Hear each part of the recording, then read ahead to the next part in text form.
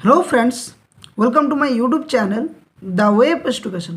So friends, এই মুহূর্তে আপনাদের জন্য একটা বিগ ব্রেকিং নিউজ। সেটা হচ্ছে রাজ্যে নতুন করে সরকারি কর্মচারীদের বকেয়া ডিএ দেওয়া শুরু হলো। অর্থাৎ রাজ্যের যে সমস্ত কর্মচারীদের ডিএ বাকি রয়েছিল, সেখানে সরকার বদলের পরেও কেন এই বকেয়া ডিএ দেওয়া শুরু হলো, কোন সময়ের বকেয়া ডিএ দেওয়া হচ্ছে, কারা এই টাকা পাচ্ছেন এবং কারা বঞ্চিত হচ্ছেন, নির্দেশিকা ছাড়াই কেন টাকা জমা দেওয়া হচ্ছে বা জমা হচ্ছে, এই সমস্ত নিয়ে বিভ্রান্ত কিন্তু শুরু হয়েছে।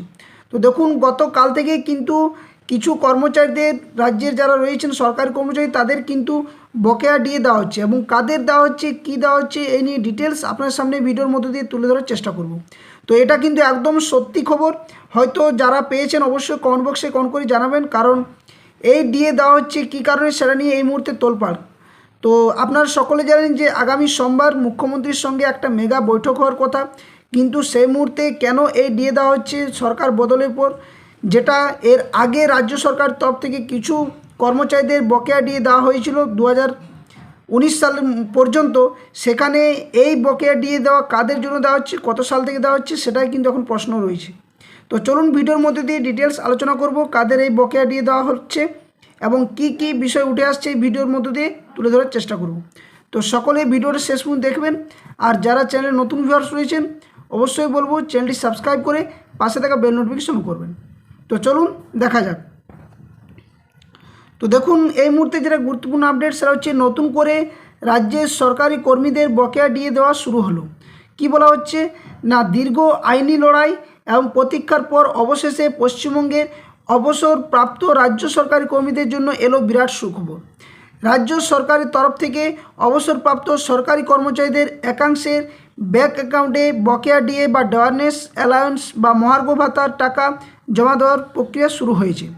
শুক্রবার বিকেল থেকেই বিভিন্ন পেনশনভোগী অ্যাকাউন্টে এই বকেয়া ডিএ টাকা সরাসরি ঢুকতে শুরু করেছে, যা সরকারি কর্মীদের মধ্যে এক নতুন আশার সঞ্চার হয়েছে। কোন সময়ের বকেয়া ডিএ দেওয়া হচ্ছে তাহলে? না, প্রাপ্ত তথ্য অনুযায়ী বা সূত্র অনুযায়ী বলা হচ্ছে যে 2008 সালের 1 এপ্রিল থেকে 2015 সালের ডিসেম্বর মাস পর্যন্ত যে দীর্ঘ সময়ের ডিএ বকেয়া ছিল, মূলত সেই টাকাই কিন্তু মেটানো শুরু করছে বা করেছে রাজ্য সরকার। দীর্ঘদিন ধরে এই বকেয়া মেটানোর দাবিতে সরব ছিলেন কর্মী সংগঠনগুলি। সম্প্রতি সুপ্রিম কোর্টের নির্দেশের পর অবশেষে সেই পাওনা টাকা সরাসরি পেনশনভোগী যারা রয়েছেন তাদের ব্যাংক অ্যাকাউন্টে পাঠানো হচ্ছে। তাহলে কারা এই টাকা পাচ্ছেন আর কারা বঞ্চিত হচ্ছেন? তো দেখুন, প্রাথমিক পর্যায়ে শুধুমাত্র সরাসরি রাজ্য সরকারি কর্মচারী হিসেবে যারা অবসর গ্রহণ করেছেন তাদের একাংশের অ্যাকাউন্টে এই বকেয়া ডিএর টাকা জমা পড়ছে। তবে বেশ কিছু ক্ষেত্রে এখনও বঞ্চনার চিত্র রয়ে গেছে। তো কি বা কাদের এই বঞ্চনার চিত্র উঠে আসছে বা কারা এখনও টাকা পাননি, সেই বিষয়টি এখানে আলোচনা করছি। দেখুন, বিষয় হচ্ছে শিক্ষক এবং শিক্ষাকর্মী, অর্থাৎ সরকারি সাহায্যপ্রাপ্ত স্কুল বা কলেজের অবসরপ্রাপ্ত শিক্ষক বা শিক্ষাকর্মীরা এখনও পর্যন্ত এই টাকা পাননি, অর্থাৎ বকেয়া ডিএ যেটা রয়েছে। 2 নম্বর বলা হচ্ছে পুরসভা এবং পঞ্চায়েত কর্মী, অর্থাৎ পুরসভা বা পঞ্চায়েত থেকে অবসরপ্রাপ্ত কর্মীদের অ্যাকাউন্টেও বকেয়া টাকা জমা পড়ার কোনো খবর মেলেনি। 3 নম্বর বলা হচ্ছে বর্তমান কর্মী, অর্থাৎ চাকরিরত বা বর্তমান সরকারি কর্মচারীদের ক্ষেত্রে এই বকেয়া মেটানোর প্রক্রিয়া কবে শুরু হবে তাও কিন্তু এখনও পুরোপুরি স্পষ্ট নয়। অর্থাৎ এই সমস্ত কর্মচারীদের এখনও পর্যন্ত বকেয়া ডিএ টাকা ঢোকেনি, শুধুমাত্র পেনশনভোগী যারা রয়েছেন তাদের ঢুকছে। তো নির্দেশিকা ছাড়াই টাকা জমা হওয়ায় একটা বিভ্রান্তি উঠে আসছে। তো কেন বলা হচ্ছে না, সবচেয়ে আশ্চর্যের বিষয় হচ্ছে যে অর্থ দপ্তর থেকে এখনও পর্যন্ত এই নির্দিষ্ট পর্যায়ে, অর্থাৎ 2008 থেকে যে 2015 এই বকেয়া মেটানো নিয়ে নতুন কোনো সরকারি নির্দেশিকা বা অর্ডার প্রকাশ করা হয়নি।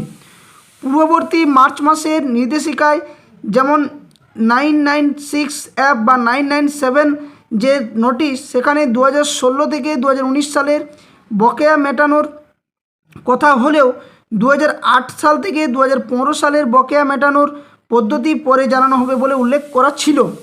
ফলস্বরূপ হঠাৎ করে অ্যাকাউন্টে টাকা ঢুকতে শুরু করায় পেনশনভোগী এবং কর্মচারী সংগঠনগুলির মধ্যে কিছুটা বিভ্রান্তি ও কৌতূহলও কিন্তু তৈরি হয়ে গেছে।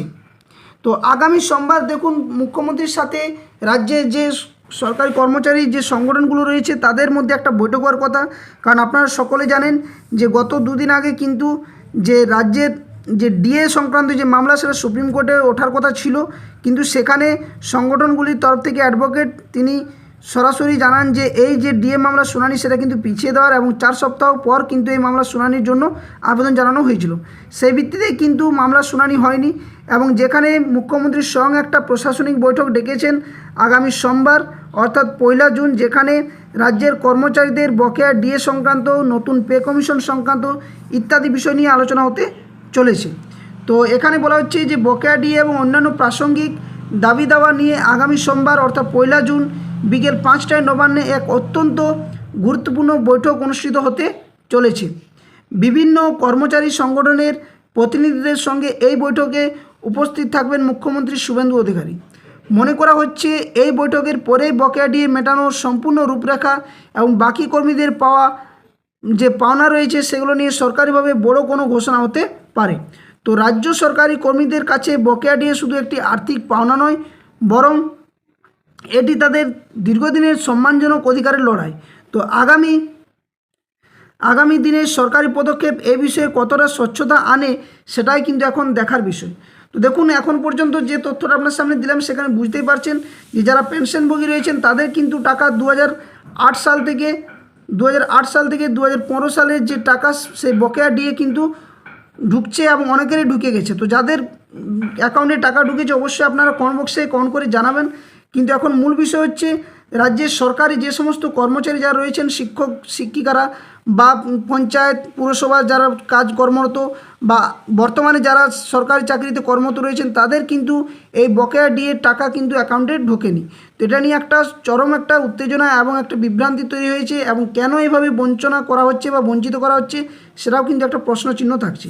যেখানে সরকারি রদবদলের পরেও এই টাকা প্রবেশ করছে, তাহলে নিশ্চয়ই এই সরকারের পরিপ্রেক্ষিতে এই টাকা দেওয়া হচ্ছে।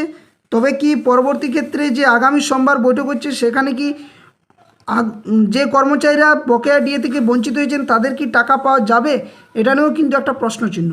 তো অবশ্যই এই আপডেট আগামী সোমবার জানা যাবে এবং কারা টাকা পেয়েছেন বা কাদের অ্যাকাউন্টে টাকা ঢুকেছে অবশ্যই কিন্তু কমেন্ট বক্সে কমেন্ট করে সকলেই জানাবেন। তো এই ছিল মূল আপডেট। এই ধরনের গুরুত্বপূর্ণ আপডেট, নিউজ, নোটিফিকেশন সংক্রান্ত তথ্য পাওয়ার জন্য অবশ্যই চ্যানেলটি সাবস্ক্রাইব করে পাশে থাকা বেল নোটিফিকেশন করবেন।